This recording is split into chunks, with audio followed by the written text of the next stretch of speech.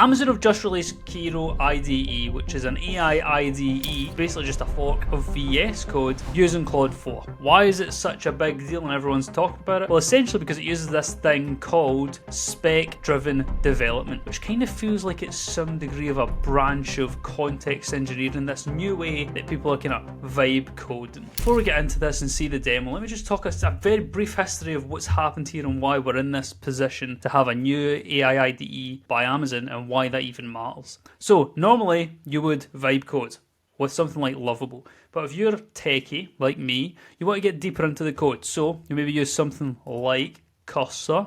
With Cursor, you can use something called rules. Now these rules are like, use this, don't use this. Basically you try to give it instructions, like some ideas of what interfaces you want to use, what type of APIs or something, right? Some design specs, some specification. Now that's for Cursor so that it does specific things. In something like Rue code, for example, which is something I would use quite often, let's remove that. You can change things here to be like an orchestrator or an architect or a coder to try and give it more than just pure vibe coding, right? Even Lovable themselves have looked at this and they've changed some of the stuff because you can now actually ask it questions. Essentially, the problem it's trying to fix is Lovable is cool because people like, boom, spin up something, but then they want to go deeper. They want to actually try to leverage this in enterprise in the real world.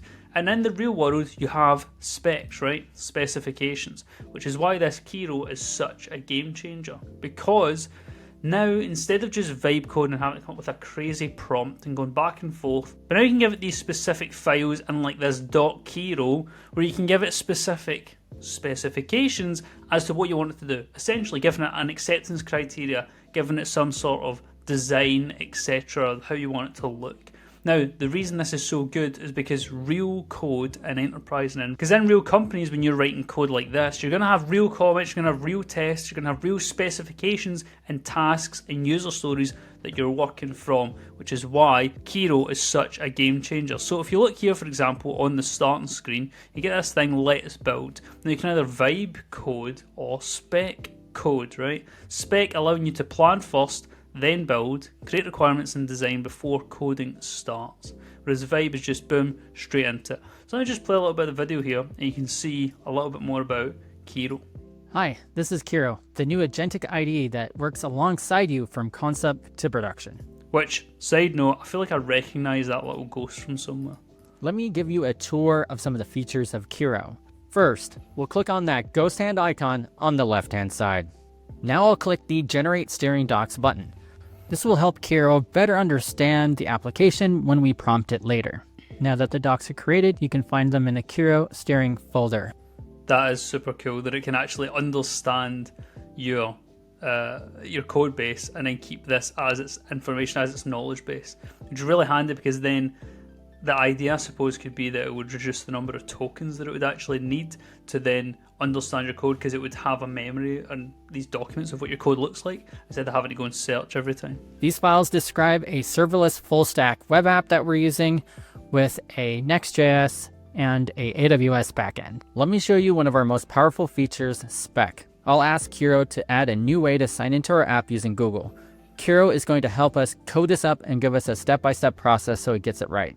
The Spec feature generated this requirements document as its first step in helping us. And we can see here that it has the requirement and then the acceptance criteria, which this is essentially now is creating these user stories. And the cool thing about this here is that it's directly inside the code. Like, something I really don't like about things like Claude code and this kind of stuff is essentially I feel as if I'm stuck in this weird world where I just click go do something and then it's like I'm done. You know, I like to actually more feel as if I'm in control of the code. To create this feature, it has user stories and acceptance criteria. I'll review it and add another criteria to improve the way sign out is handled. For this next step, Kiro generated this in-depth design document. It includes a mermaid diagram, infrastructure changes, and configuration. This looks good to me. We'll continue on. Finally, we're presented with a task list. Kiro has broken up this feature into smaller parts that it can complete one by one. I really like this feature because I can interactively have Kiro complete a task at a time, and I can verify or make changes if needed afterwards. I'm going to have it start on these tasks. I'll queue a few, and I'll check it along the way. And there we go. That's the type of thing that I'm talking about. Is I really like that. I don't like the codex stuff like OpenAI's Codex, where it's kind of like a little employee who goes away and does stuff. I feel like, sure, that's maybe the future, but we're not quite there yet. Like, the amount of like slop that AI produces is crazy. And yeah, I just like the idea of being more in control of my code. So let me know what you think in the comments below. I'm super interested While it works on actually trying to use this, because essentially what it is now is like you can leverage kind of this exact same type of process that you would normally have to go through, but it's all packaged in a framework, which is kind of like a wrapper. Everything is a wrapper.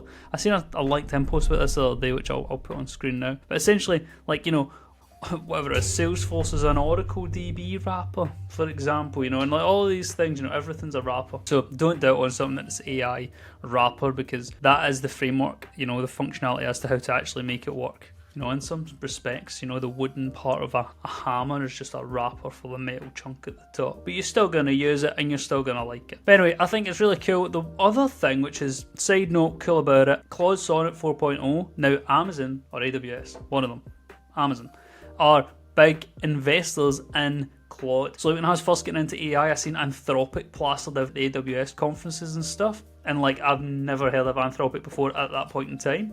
Then I found out that they were the company behind Claude.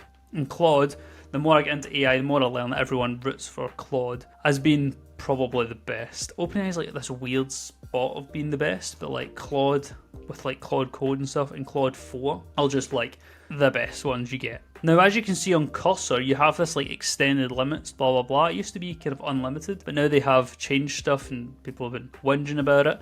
But essentially with Cursor, they use Claude. It can be quite expensive, whereas if we go to the Kiro, they're going to be using Claude 4, and if you think about it, they're heavy investors in Anthropic and Claude, and because of that, you think they're going to get kind of mates rates, or the best rates you're going to get. They're going to partner better, which is super interesting.